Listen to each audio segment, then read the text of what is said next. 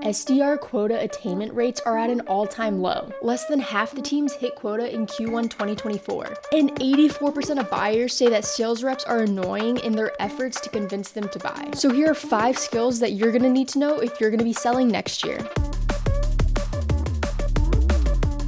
Number 1, strategic listening. One of the biggest problems with sellers and companies is when they're listening to respond instead of listening to understand. And this applies to both live meetings and when interacting with potential customers on socials. Actively listening to both your network and your prospects' needs allows you to personalize your approach. Gone are the days that companies can spend thousands of dollars on one ad and see ROI with the blink of an eye. Not only that, but listening to understand allows you to adapt your communication style to match each individual person that you're meeting with, which moves us into a communication area that will help you sell more.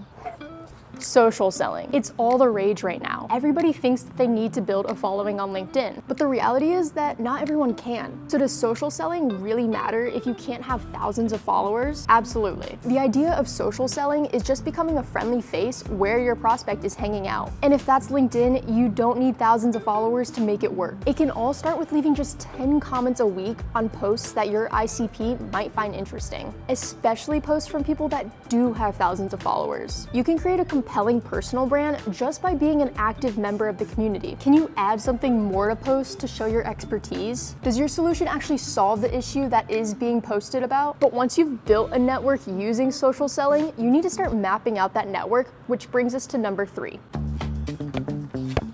Number 3 is network mapping. Who knows who can help with what, who can give you a foot in the door. Knowing how to organize this information is gonna set you apart from all the other salespeople. If your sales leader gives you a new account to tap into, and you know that your CEO knows somebody at that account, why wouldn't you try to leverage that? And imagine not even having to lift a finger to get that information. That's exactly why we created Commsor. We help you map your network to help you tap into untapped pipeline sources. And once you do tap into your network, how do you manage and nurture those referrals? What if you're dealing with a complex sales environment? What if you need multiple decision makers on board? That all can happen within Commsor. Go ahead and visit our website to learn more. Speaking about nurturing your relationships, that brings us to number 4.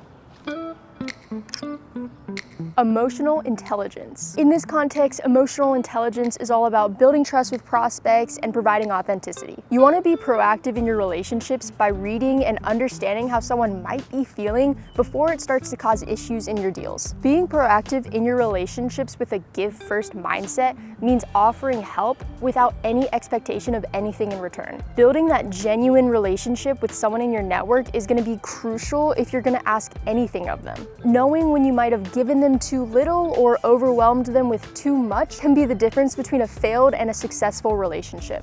And if you've mastered this emotional intelligence, the next one's going to be easy for you.